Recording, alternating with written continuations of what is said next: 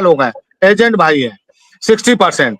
और एजेंटों का जो 5 लाख एंड एबव जमा है, वो कैसे जमा है कि साहब हमारा 1 साल का कमीशन इतना हुआ, उन्होंने उठा के उसी कमीशन को टारगेट मंथ आया रीइन्वेस्टमेंट कर दिया।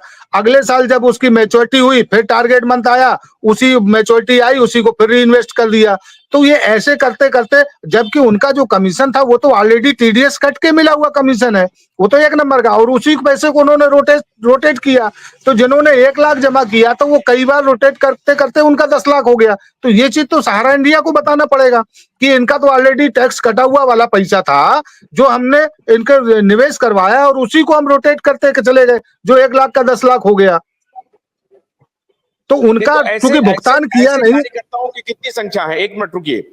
रीइन्वेस्ट करने वाले क्या सारे जो एजेंट थे सारे रीइन्वेस्ट कर रहे थे कमीशन काटने के बाद? कुल एजेंटों का 60%, 60%, 60%, 60%। इसका मतलब जो कॉमन निवेशक है साहब, कॉमन निवेशक, तब तो एक व्यक्ति आपके सही आकर के बोल रहे थे कि जो साधारण निवेशक है उसकी संख्या कम है और जो कार्यकर्ता है उनकी संख्या ज्यादा है। 60% ऐसे लोगों की संख्या है जो कार्यकर्ता है, एजेंट है, और उन्हीं से कमीशन के बाद जो उनका पैसा मैच्योर होकर के बन रहा था उसी को उन्होंने री इन्वेस्ट कर दिया है। नहीं, ये पोर्टल पे गए हुए लोगों की बात बता रहा हूं मैं। पोर्टल पे गए हुए जिन लोगों के रुके हैं, पोर्टल पे गए हुए लोगों के जो जमा किया उसमें 60%। इसमें बहुत सारे जमाकर्ता ऐसे निवेशक हैं जिन्होंने अभी तक पोर्टल पे अपना लॉगिन ही नहीं किया है। ऐसे भी कम से कम 40-50% जमाकर्ता हैं जिन्होंने पोर्टल पे अभी तक लॉगिन ही नहीं किया है। और उस नहीं लॉगिन करने के पीछे दोस्त के कई कारण है।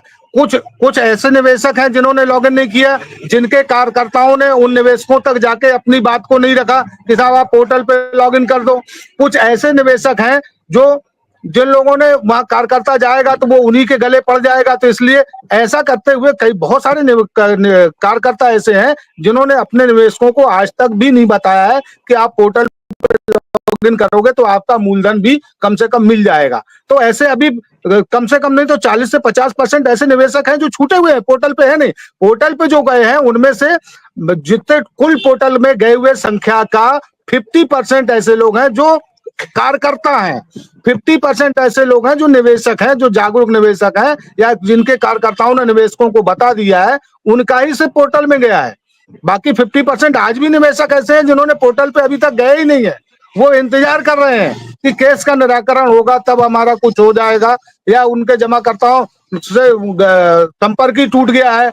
अब वो ऑफिसों में जाते हैं तो ऑफिस का कोई रिस्पांस नहीं देता है, वो भटक रहा है। और ऐसे वही जमा करता है जो दूसरे लोगों के माध्यम से जब जाके अपना डेफिशिएंसी क्लियर करवाते या पोर्टल पे डलवाते तो उनका पैसा ज्यादा लग जाता है, क्योंकि वो कहता है कि आप हमारे निवेशक तो हो नहीं, आप किसी और के निवेशक थे जमा कर। वो एजेंट कहता है तो आप हम आपके लिए पेट्रोल खर्च करेंगे, समय खराब करेंगे, तो आप हमें इतना पैसा दीजिएगा तो हम आपका ये काम करवा देंगे। ऐसे निवेशकों का जो लोग मैक्सिमम जो लोग कहते हैं ना कि साहब मेरा इतना पैसा ले लिया उतना पैसा ले लिया, वो ऐसे वही निवेशक हैं वो, और वो कार्यकर्ता है जिनके खुद के निवेशक नहीं है।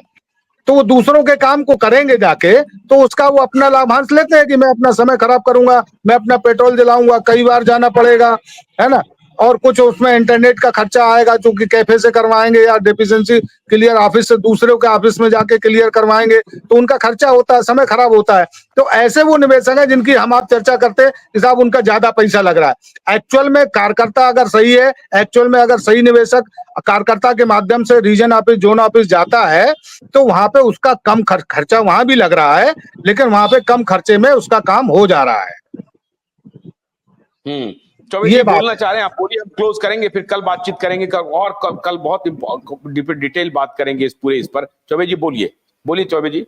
देखिए पाठक सर, जो 31 मार्च वाली बात चली थी पोर्टल पे क्लेम की, तो इसमें क्लियर लिखा हुआ है कि your claim can not be processed since the deposit has matured after 31 March 2023 and is outside the scope of the portal.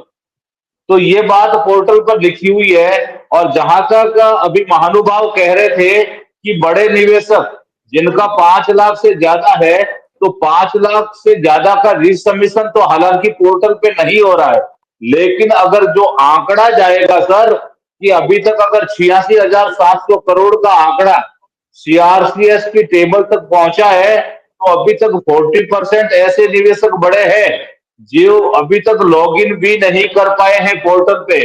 तो ये आंकड़ा जाएगा सर लगभग 1.5 लाख करोड़ से ऊपर सिर्फ सोसाइटियों का निवेश, और मैं ब्याज तो क्या पता कितना जाएगा सर, उसका अनुमान आप और हम आगे बैठकर लगाएंगे। अच्छा, ये जी जो सर। 86,000 करोड़ का जो डिमांड गया है, जब आप कह रहे हैं कि पोर्टल पे इंटरेस्ट को इंक्लूड ही नहीं कर रहा है, तो सिर्फ मूलधन का डिमांड गया, आप ये कह रहे हैं?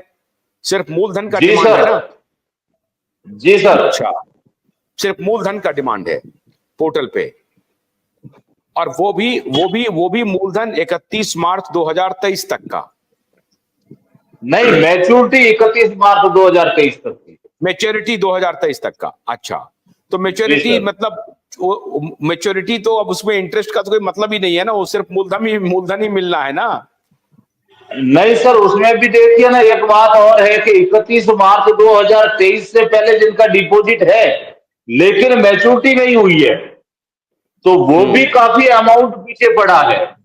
जिनका मान लीजिए निवेश 19 में हुआ है, 20 में हुआ है, 18 में हुआ है, और कहीं ना कहीं उनकी मैच्योरिटी 10 साल के लिए थी, तो 26-27 में होगी, तो वो भी एक बड़ा अमाउंट अभी तक पड़ा है जो लॉगिन नहीं हो पाया है, ना लॉगिन हो रहा है सर। ठीक है, तो ये 2-3 आज इंपॉर्टेंट बात की हमने कि एक तो MIS को पोर्टल से जोड़ा जाए, दूसरा जो डेथ मैच्योरिटी वाला मामला है उसको भी पोर्टल से जोड़ा जाए, और तीसरा कि 31 मार्च 2023 तक मैच्योरिटी नहीं, जो भी खाते 31 मार्च 2023 तक पोर्टल हैं, खाते ओपन खाते हुए हैं 2023 के पहले, चाहे उसकी मैच्योरिटी पूरी हो या नहीं हो, उसको भी पोर्टल से जोड़ा जाए। और अब बाकी कल हम ये बात करेंगे चौबे साहब थोड़ा डिटेल में कि डिफिशियंसी के जो कारण हैं उसमें 20-22 कारण आ रहे हैं। उस 20-22 कारण को डिफिशियंसी दूर कौन कर रहा है, कैसे करवा रहा है, क्या तरीका है, और अगर आप कह रहे हैं कि अभी 40% निवेशक ने पोर्टल पे लॉगिन ही नहीं किया है, तो उसका कारण क्या है, ये भी बात करेंगे। जब मनोज सिंह बोल रहे हैं, बोल लीजिए मनोज जी, क्लोज करेंगे हम। मनोज जी बोलिए।